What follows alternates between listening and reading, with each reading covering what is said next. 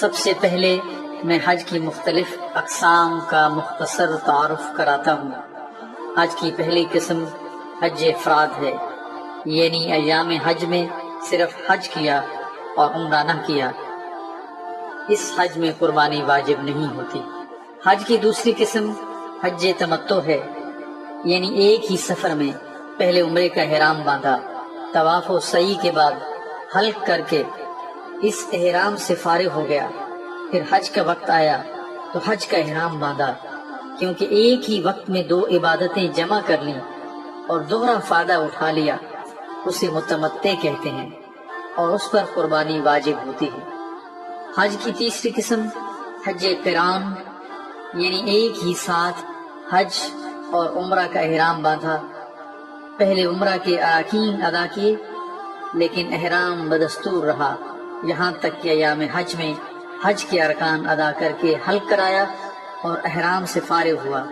قارن پر بھی قربانی واجب ہوتی ہے۔ مناسک حج کی تربیت کی اس نشست کا آغاز حضرت ابراہیم خلیل اللہ علیہ السلام کی پرانی دعا سے کرتے ہیں: اے ہمارے رب، ہمیں اپنی عبادت کے طریقے بتا اور ہماری کوتاہیوں سے درگزر فرما، تو بڑا معاف کرنے والا اور رحم فرمانے والا ہے۔ اب اعمال حج کا خلاصہ بیان کیا جاتا ہے تاکہ ان کی اہمیت کو ذہن میں رکھتے ہوئے مناسک حج کو سمجھنے میں آسانی ہو۔ محترم سامعین، اعمال حج میں ارکان اور واجبات انتہائی اہمیت کے حامل ہوتے ہیں۔ حج کے 3 ارکان ہیں اور جس نے کوئی ایک رکن بھی چھوڑ دیا اس کا حج مکمل نہ ہوگا۔ البتہ اگر کوئی شخص طواف زیارہ وقت پر نہ کر سکے اور تاخیر کا دم دے تو اس کا حج ہو جائے گا۔ حج کے ارکان میں احرام شرط ہے، وقوف عرفہ رکن اعظم ہے اور طواف زیارت رکن ہے۔ آگے چل کر ان کی تفصیل سے بات ہوگی۔ اسی طرح حج کی 6 واجبات ہیں، جس نے کوئی ایک واجب بھی چھوڑ دیا تو اس کے بدلے فدیہ یعنی قربانی دے، جس کو مکہ مکرمہ میں ذبح کرے اور وہاں کے فقراء میں تقسیم کرے، خود نہ کھائے۔ حج کے واجبات میں وقوف مزدلفہ، رمی جمرات، قربانی، حجامت، سعی اور طواف وداع شامل ہیں۔ اب حج تمتع کا مصنوع طریقہ بیان کیا جاتا ہے۔ حج تمتع یعنی اس میں آپ پہلے عمرہ کریں گے اور پھر ایام حج میں انشاءاللہ حج بھی ادا کریں گے۔ حج کیا ہے؟ سادہ الفاظ میں حج 4 مختلف مقامات پر 8 ذی الحج سے 13 ذی الحج تک مختلف مناسک ادا کرنے کا نام ہے۔ یہ 4 مقامات مسجد حرام، مینا، مزدلفہ اور عرفات ہیں۔ ان 4 مقامات کا مختصر تعارف فائدے سے خالی نہ ہوگا۔ مسجد حرام کا تعارف آپ پہلی پریزنٹیشن میں جان چکے ہیں۔ مینا حدود حرم کے اندر مکہ مکرمہ سے مشرق کی جانب تقریباً 8 کلومیٹر کے فاصلے پر 2 پہاڑوں کے درمیان صدیوں پرانی وادی ہے، جس کی لمبائی تقریباً 4 کلومیٹر ہے۔ حجاج کرام 8 ذی الحج کو 2 چادروں میں ملبوس ہو کر مکہ مکرمہ سے اس وادی میں آتے ہیں۔ یہی وہ وادی ہے جہاں حضرت ابراہیم خلیل اللہ اپنے پیارے لخت جگر کو اللہ کی راہ میں قربان کرنے کے لیے تیار ہو گئے۔ یہاں کی بڑی مسجد کا نام مسجد خیف ہے۔ مزدلفہ کا میدان مینا کی وادی سے بالکل جڑا ہوا ہے اور یہاں سے میدان عرفات کا فاصلہ تقریباً 9 کلومیٹر ہے۔ یہاں کی بڑی مسجد کا نام مشعر الحرام ہے۔ خواتین و حضرات، عرفات کا میدان حدود حرم سے باہر واقع ہے۔ اس میدان میں جبل الرحمہ نامی پہاڑی موجود ہے، جہاں پر نبی کریم صلی اللہ علیہ وسلم نے خطبہ حجۃ الوداع بیان فرمایا تھا۔ یہاں کی بڑی مسجد کا نام مسجد نمرہ ہے۔ اسی میدان میں 9 ذی الحج کو حاضر ہو کر دعائیں کرنا حج کا رکن اعظم ہے۔ اب حج کے مناسک کی تفصیلاً بات کرتے ہیں۔ پہلے عرض کر چکا ہوں کہ 8 سے 13 ذی الحج تک کے دنوں میں مناسک حج ادا کیے جاتے ہیں۔ 8 ذی الحج کو آپ اپنی قیام گاہ سے حج کا احرام باندھیں گے، احرام باندھنے سے پہلے عمرے کے احرام کی طرح ناخن تراشنا، مونچھوں کے بال کم کرنا، زیر ناف اور زیر بغل بال صاف کرنا مستحب، جبکہ غسل کرنا سنت ہے۔ احرام سے قبل غسل حیض اور نفاس والی خواتین کے لیے بھی سنت ہے۔ احرام کی چادریں اوڑھنے کے بعد نماز برائے احرام ادا کیجیے، اس کے بعد حج کی نیت کیجیے۔ عربی زبان میں اللہم لبیک حجہ کہیں یا اپنی زبان میں کہیں اے اللہ میں تیری رضا کے لیے حج کی نیت کرتا ہوں، تو اسے میرے لیے آسان کر دے اور قبول فرما لے۔ نیت کے بعد مرد 3 بار بلند آواز میں اور خواتین آہستہ تلبیہ پڑھیں۔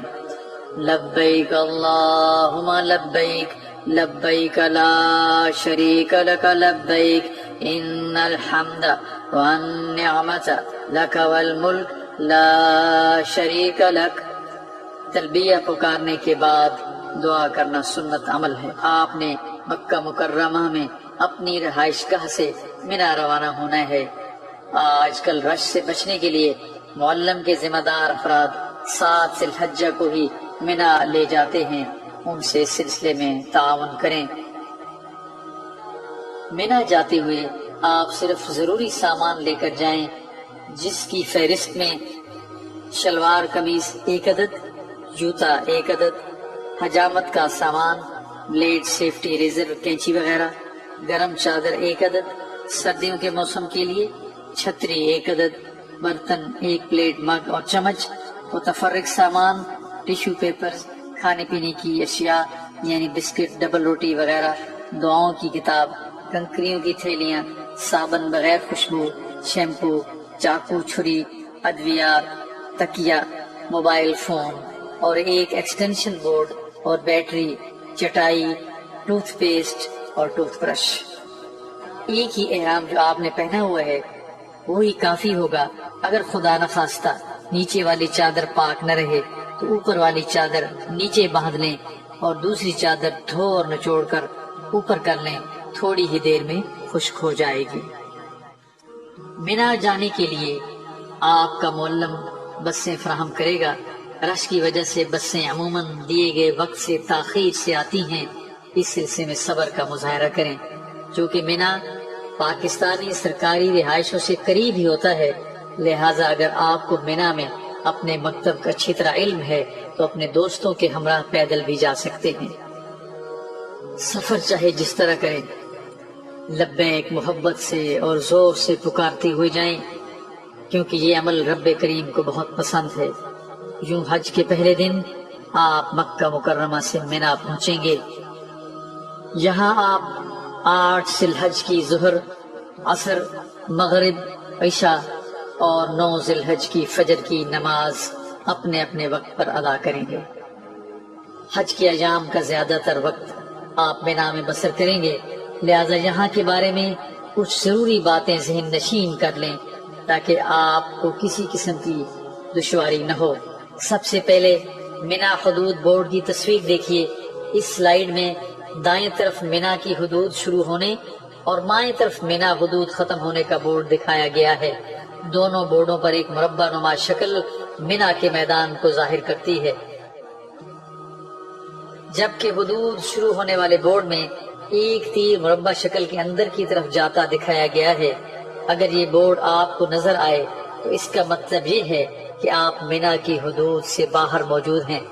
اس سلائیڈ کے بائیں جانب تیر کا نشان مربع شکل سے باہر نکلتا دکھایا گیا ہے، یہ منا کی حدود کے خاتمے کو ظاہر کرتا ہے۔ اگر آپ کو یہ بورڈ نظر آئے تو اس کا مطلب ہے آپ منا کی حدود کے اندر موجود ہیں۔ پاکستان روانگی سے قبل آپ کو اپنا مکتب نمبر اور بلڈنگ نمبر بتا دیا جاتا ہے۔ یاد رکھیے، بلڈنگ مکہ مکرمہ میں آپ کی رہائش گاہ ہوتی ہے، جبکہ مکتب منا میں آپ کی قیام گاہ ہوتی ہے۔ منا میں حجاج کرام کے خیموں کو مختلف مکاتب میں تقسیم کیا جاتا ہے اور ہر مکتب کو ایک نمبر الاٹ کیا جاتا ہے۔ جنوب ایشیائی ممالک کے مکاتب منا کے ایک حصے میں ہوتے ہیں، کچھ مکاتب صرف پاکستانی حجاج کے لیے مخصوص ہوتے ہیں، جبکہ کچھ میں پاکستان کے ساتھ دوسری ایشیائی ممالک کے حجاج کرام کے مشترک خیمے بھی ہوتے ہیں۔ ایک مکتب میں کئی رہائشی خیمے ہوتے ہیں۔ ہر مکتب کو ایک مخصوص نمبر الاٹ کیا جاتا ہے۔ مکاتب کے نمبر خاص ترتیب سے نہیں ہوتے، یعنی 12 نمبر مکتب کے بعد ممکن ہے 45 نمبر مکتب ہو۔ پاکستانی مکاتب کے باہر قومی پرچم آویزاں کیا جاتا ہے۔ جب بھی پہلے دن اپنے مکتب میں جائیں، اس کی سڑک کا نمبر اور پول نمبر اپنے پاس لکھ کر محفوظ کر لیں۔ پول نمبر کی اہمیت تھوڑی دیر بعد بیان کی جائے گی۔ مینا روانگی سے قبل معلم کے دفتر کے ذمہ داران آپ کو مکتب کارڈ دیں گے، جو اس سلائیڈ پر دکھایا گیا ہے۔ یہ نہایت ہی اہم کارڈ ہے۔ اس پر آپ کی بلڈنگ نمبر، مکتب نمبر، خیمہ نمبر، مینا میں مکتب کا پتہ اور عرفات میں خیمے کا پتہ درج ہے۔ خدا نخواستہ راستہ کھو جانے کی صورت میں معاونین کو یہ کارڈ دکھا کر آپ اپنے مکتب میں آسانی سے پہنچ سکتے ہیں۔ مینا میں سڑک کنارے لگے ہوئے بورڈ آپ کو اپنی منزل کی طرف جانے میں رہنمائی فراہم کرتے ہیں، لہٰذا ان بورڈوں پر لکھی ہوئی تحریریں اچھی طرح سمجھ لیجئے۔ قبلہ سمت بورڈ مینا، مزدلفہ اور عرفات کے میدانوں میں قبلہ کی سمت ظاہر کرنے کے لیے لگائے جاتے ہیں۔ مینا کے میدان کو 7 مختلف زون میں تقسیم کیا گیا ہے۔ ہر علاقے کا زون نمبر پیلے رنگ کے بورڈ پر نمایاں لکھا جاتا ہے تاکہ حجاج کرام کو اپنے زون کے بارے میں معلوم ہو سکے۔ پول نمبر کا بورڈ سب سے زیادہ اہمیت کا حامل ہے۔ اس بورڈ پر خیمے کا نشان بنا ہوتا ہے۔ خیمے کے نشان کے اوپر عربی زبان میں جبکہ نیچے انگریزی زبان میں پول نمبر لکھا ہوا ہوتا ہے۔ دکھائی گئی تصویر میں 11/610 کا مطلب یہ ہے کہ 610 نمبر سڑک کا 11 نمبر پول۔ اپنے مکتب کا پول نمبر ہاتھ پر بنے شناختی بینڈ پر بھی لکھ لیجئے، اور کسی وقت بھی اپنے مکتب کا راستہ کھو جانے کی صورت میں کسی بھی معاون کو پول نمبر دکھا کر آپ رہنمائی حاصل کر سکتے ہیں۔ حجاج کرام کو مینا اور عرفات میں مفت طبی سہولیات فراہم کرنے کے لیے سعودی حکومت کئی چھوٹے بڑے ہسپتال قائم کرتی ہے۔ مینا کے وضو خانوں میں نماز کے اوقات سے پہلے بہت بھیڑ ہو جاتی ہے، لہٰذا وضو کے لیے مناسب وقت کا انتخاب کیجیے۔ غسل خانوں اور وضو کی ٹوٹیوں میں پانی زیادہ پریشر سے آتا ہے، لہٰذا استعمال کے وقت انہیں احتیاط سے کھولیے۔ نیو مینا وقت گزرنے کے ساتھ یوں یوں حجاج بیت اللہ کی تعداد میں اضافہ ہوتا گیا تو مینا کی وادی اپنی تمام تر وسعتوں کے باوجود، لہٰذا سعودی حکومت نے مستند علماء کرام کے فتویٰ کی روشنی میں حجاج کے رہائشی خیموں کو قدیمی مینا کے بالکل ساتھ مزدلفہ کے میدان میں فیصل پل تک بڑھا دیا۔ عرف عام میں اسے نیو مینا کہا جاتا ہے۔ یہاں حجاج کرام کا ٹھہرنا ان کے مینا کے قیام کو ہی ظاہر کرتا ہے۔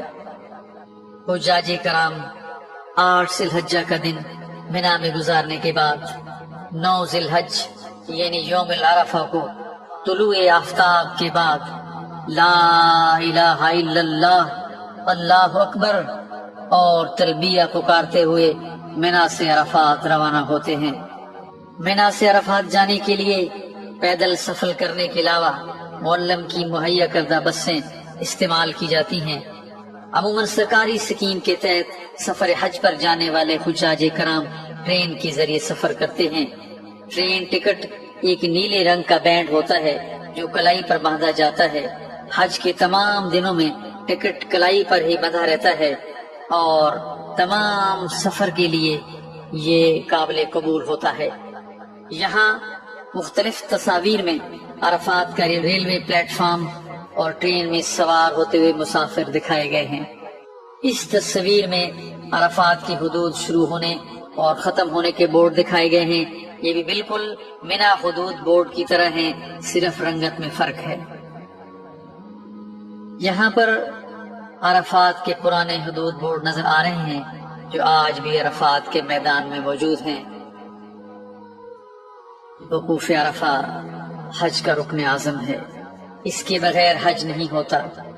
عرفہ کا دن سب سے بہترین دن کہ جس دن حجاج عرفات کے میدان میں جمع ہوتے ہیں اور مغرب تک وہاں رہتے ہیں۔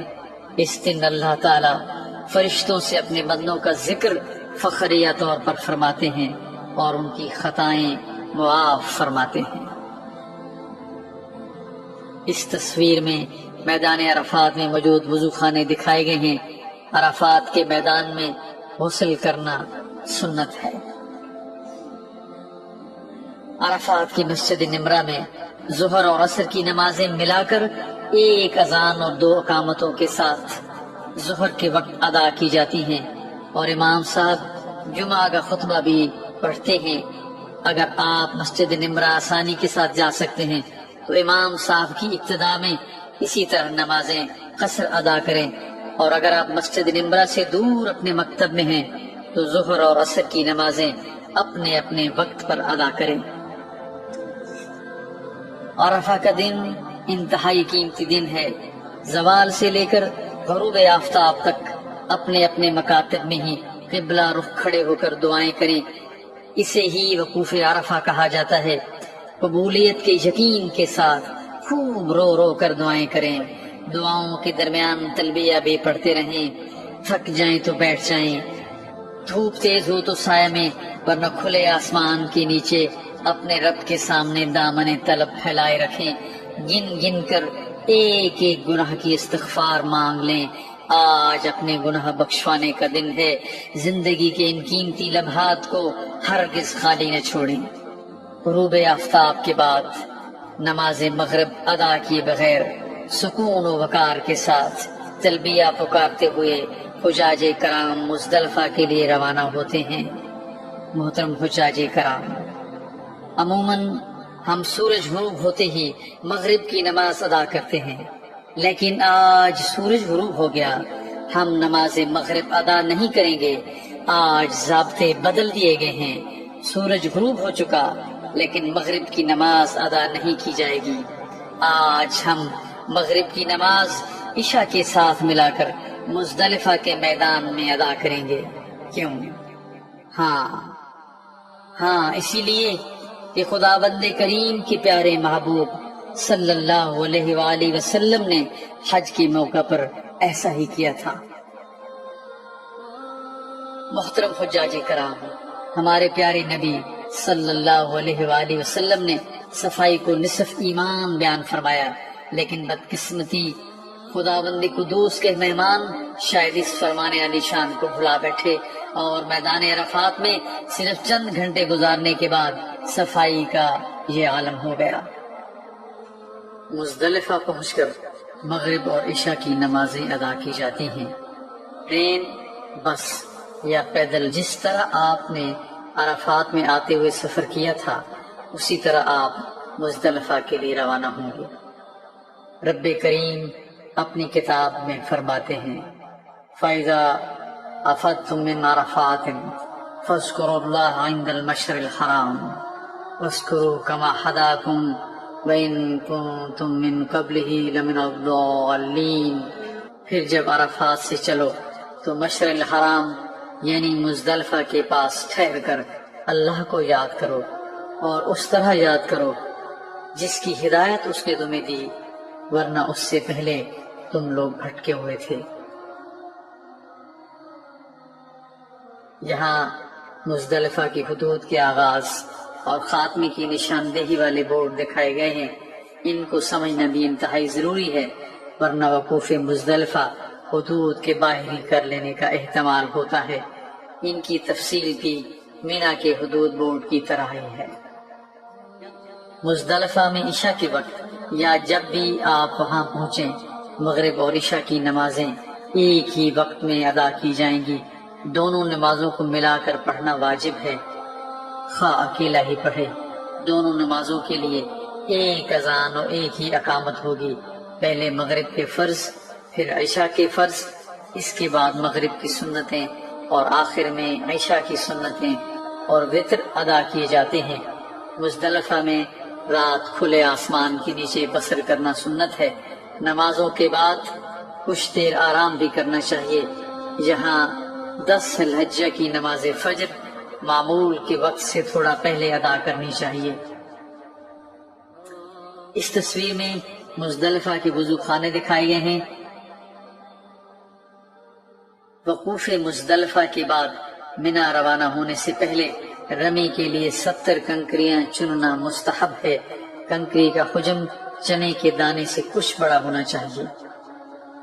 نماز فجر با جماعت ادا کرنے کے بعد مشعر الحرام پہاڑی کے دامن میں یا جہاں کہیں بھی جگہ ملے قبلہ رخ کھڑے ہو کر ہاتھ بلند کر کے سورج طلوع ہونے سے قبل خوب روشنی پھیلنے تک تکبیر و تحلیل کہنا، توبہ و استغفار کرنا اور دعائیں مانگنا چاہیے۔ یہ وقوف مزدلفہ ہے اور حج کا ایک واجب ہے۔ سورج نکلنے سے تھوڑی دیر پہلے مزدلفہ سے منا کے لیے روانہ ہو جانا چاہیے۔ یہ سفر پیدل کیا جاتا ہے کیونکہ مزدلفہ اور منا کے درمیان فاصلہ بہت کم ہے۔ اس تصویر میں فیصل پل دکھایا گیا ہے جس کی ایک طرف مزدلفہ کا خالی میدان اور دوسری طرف منا کے خیمے ہیں۔ مزدلفہ سے منا جاتے ہوئے جب آپ پل کے نیچے سے گزریں تو یقین کر لیں کہ آپ کا مکتب جس سڑک پر واقع ہے آپ اسی سڑک پر رواں دواں ہیں۔ یہاں منا کی بڑی سڑکیں دکھائی گئی ہیں جن کے نام طریق سوق العرب، طریق الجواہرہ، پیدل چلنے کا راستہ یعنی طریق مشاع اور طریق ملک فیصل ہیں۔ فیصل پل کے نیچے سے گزرنے کے بعد آپ تھوڑی دیر بعد وادی محصر پہنچیں گے جہاں ابرہہ کے ہاتھی بردار لشکر پر اللہ کا عذاب نازل ہوا تھا اور چھوٹے پرندوں نے انہیں تباہ و برباد کیا تھا۔ یہاں سب بڑی سڑکیں ایک دوسرے سے مل جاتی ہیں اور اس وادی سے تیزی سے گزرنا چاہیے۔ اس تصویر میں دکھائے گئے بورڈ کے نیچے سے اپنی مطلوبہ سڑک کا درست انتخاب دوبارہ کر لینا چاہیے۔ یہاں وادی منا کی بڑی سڑکیں خیموں کے درمیان سے گزرتی ہوئی دکھائی گئی ہیں اور بالکل آخر میں جمرات بھی دکھائے گئے ہیں۔ تصویر کے بائیں حصے میں ریلوے ٹریک بھی نظر آ رہا ہے جو ایک پل پر چلتا ہے۔ منا پہنچ کر سامان اپنے خیمے میں رکھنے کے بعد بڑے شیطان کی رمی کی جاتی ہے۔ رمی کے لیے 7 کنکریاں علیحدہ کر لیں، کچھ کنکریاں اضافی بھی اپنے پاس رکھ لیں۔ جمرہ عقبہ کو رمی کرنے سے پہلے تلبیہ کہنا بند کر دینا چاہیے۔ کنکریاں مارتے وقت دائیں ہاتھ کی شہادت کی انگلی اور انگوٹھے کے درمیان پکڑیں اور بسم اللہ اللہ اکبر کہتے ہوئے باری باری 7 کنکریاں جمرے کو ماریں۔ اس تصویر میں جمرات عمارت کا فضائی منظر دکھایا گیا ہے۔ جمرات کے لیے منا کے مغربی حصے میں ایک بہت بڑی 4 منزلہ عمارت بنا دی گئی ہے۔ یہاں گراؤنڈ فلور سمیت 5 منازل پر بجٹ وقت رمی کی جا سکتی ہے۔ ہر منزل پر جانے اور آنے کے مختلف راستے ہیں۔ عمارت کے اندر 3 جمرات بنائے گئے ہیں جنہیں جمرہ صغریٰ، جمرہ وسطیٰ اور جمرہ عقبہ کہا جاتا ہے۔ عام طور پر انہیں چھوٹا شیطان، درمیانہ شیطان اور بڑا شیطان کہا جاتا ہے۔ یاد رہے جمرات کے لیے جانے اور واپس آنے کے راستے مختلف ہیں۔ یہاں رمی کے لیے جانے والے راستے سفید رنگ کے تیروں سے دکھائے گئے ہیں اور واپسی کے راستے سبز رنگ کے تیروں سے ظاہر کیے گئے ہیں۔ اپنے مکتب کی سڑک کا نمبر اور پول نمبر اچھی طرح ذہن نشین ہوگا تو واپسی پر آپ اپنے مکتب میں آسانی سے پہنچ سکیں گے۔ ٹرین کے ذریعے رمی کے لیے جانے والے حجاج کرام منا اسٹیشن 3 پر اترتے ہیں اور سب سے اوپر والی منزل پر رمی کرتے ہیں۔ ریلوے اسٹیشن منا 3 سے جمرات جانے والے راستے کو اس تصویر میں سرخ رنگ سے دکھایا گیا ہے، جبکہ سبز رنگ کی تیر اس منزل سے ریلوے اسٹیشن پر واپس آنے والے راستے کی نشاندہی کرتے ہیں۔ یہ بات اچھی طرح ذہن نشین کر لیجئے۔ اوپر والی منزل پر رمی کرنے کے بعد آپ نے کوئی بھی سیڑھیاں استعمال کرتے ہوئے نیچے کی طرف نہیں اترنا، بلکہ اسی منزل کے آخری حصے میں واقع ایک پل سے ہوتے ہوئے آپ واپس ریلوے اسٹیشن جا سکیں گے۔ اگر آپ غلطی سے نیچے گراؤنڈ فلور پر اتر گئے ہیں تو جمرات عمارت کے قریب والے پہاڑی کے دامن میں موجود باربر شاپ کے بالکل ساتھ سے اوپر جانے والی سیڑھیاں استعمال کرتے ہوئے اب آپ ریلوے اسٹیشن پر واپس جا سکتے ہیں۔ 10 ذی الحج کو بڑے شیطان کو کنکریاں مارنے کے بعد قربانی کی جاتی ہے۔ اگر آپ سعودی بینک کے ذریعے قربانی کر رہے ہیں تو قربانی کا جو بھی وقت آپ کو دیا گیا ہے اس سے پہلے رمی سے فارغ ہو جانا چاہیے۔ قربانی کے بعد سر کے بال منڈوائے جاتے ہیں یا چھوٹے کروائے جاتے ہیں۔ اس کے بعد احرام کی چادریں اتار کر غسل کر کے عام لباس پہن لیا جاتا ہے۔ اب آپ مینا سے مکہ مکرمہ بیت اللہ شریف کے طواف زیارہ اور سعی کے لیے تشریف لے جائیں گے۔ نوٹ کریں کہ 10 ذی الحج حاجی کا مصروف ترین دن ہے۔ طواف زیارہ کے لیے آپ پیدل جا سکتے ہیں یا پبلک بس سروس استعمال کرتے ہوئے بھی جا سکتے ہیں۔ اگر آپ کا مکتب جمرات سے زیادہ فاصلے پر ہو تو آپ مکتب سے جمرات تک کا سفر ٹرین پر کریں اور ریلوے اسٹیشن کے پل سے اترتے ہی تقریباً 300 میٹر کے فاصلے پر بس سٹاپ ہے، یہاں سے آپ حرم جانے کے لیے بس استعمال کر سکتے ہیں۔ اس تصویر میں جمرات کی عمارت مسجد حرام تک جانے والے پیدل راستے کی نشاندہی سرخ رنگ سے کی گئی ہے۔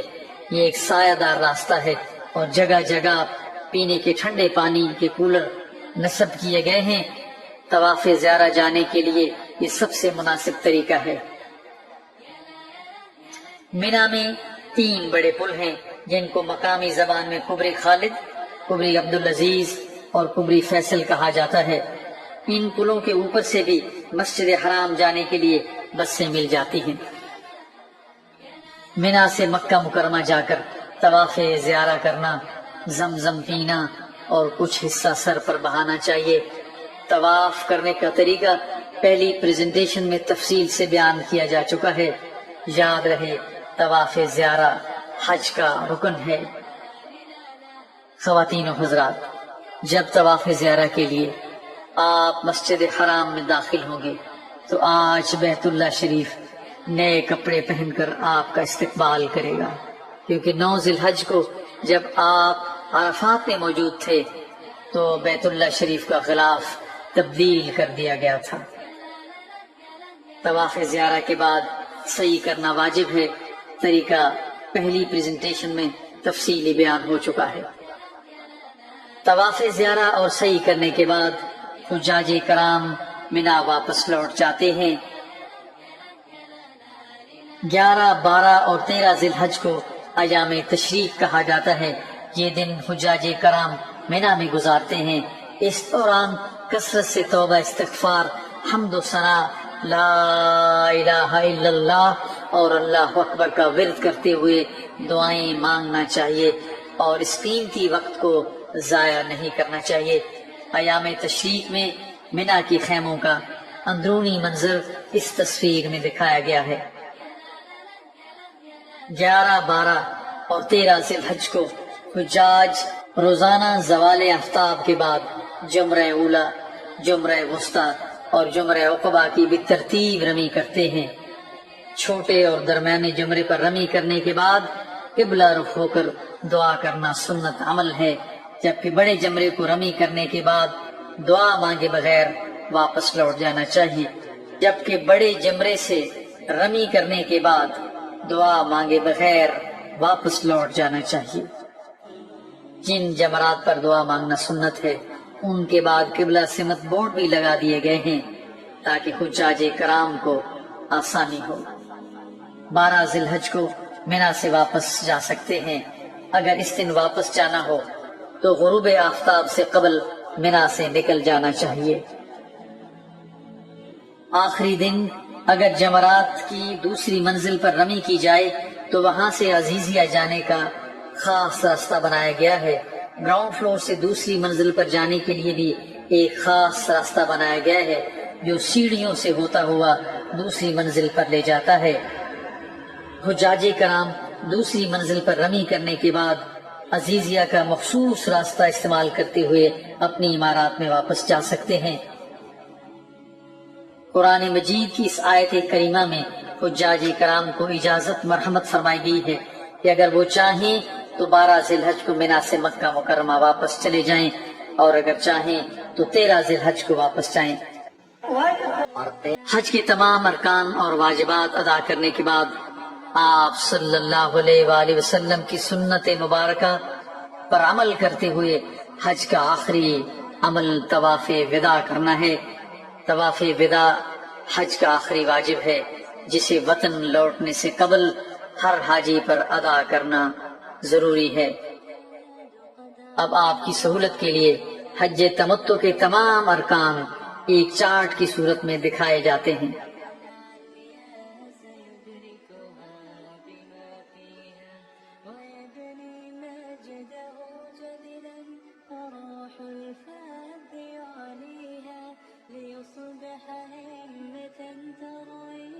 الحمدللہ آپ کا حج مکمل ہوا۔ اللہ تعالی آپ کا حج مبرور کرے، آمین۔